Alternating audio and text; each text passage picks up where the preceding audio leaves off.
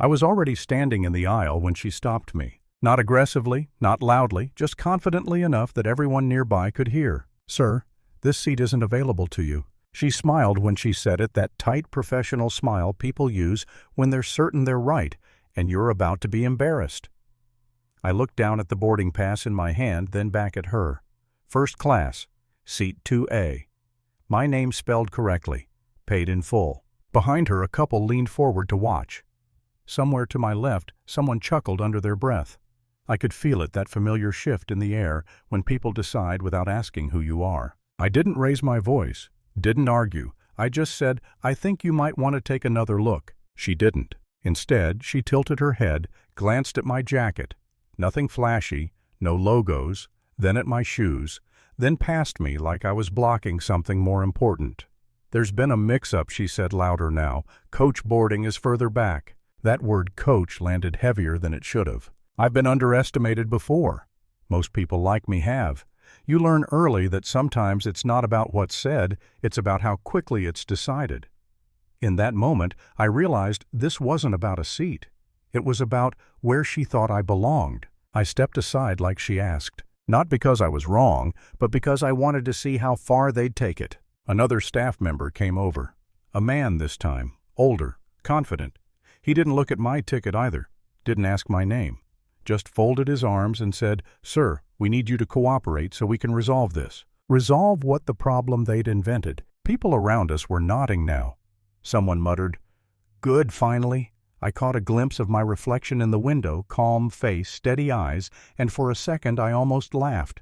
Because I knew something they didn't. I knew I could end this in about 10 seconds. But I didn't. Because I've learned something over the years. When people think you have no power, they show you exactly who they are. And I wanted to see it clearly. They kept talking over me, kept explaining policies I knew better than they did, kept assuming silence meant submission. Inside, though, something else was happening. Not anger that burns too hot and fades too fast. Not fear, I was long past that. It was disappointment. Quiet, heavy disappointment. I remembered being younger, walking into rooms where no one expected much from me.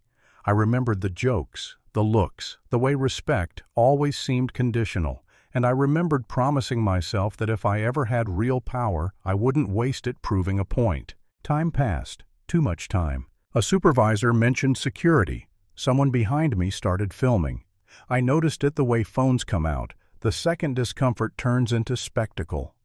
My phone buzzed in my pocket, messages, stacking up meetings, waiting decisions that actually mattered. I checked my watch. Then I finally spoke. "Before you do anything else," I said calmly, "you might want to check who's responsible for delaying this flight."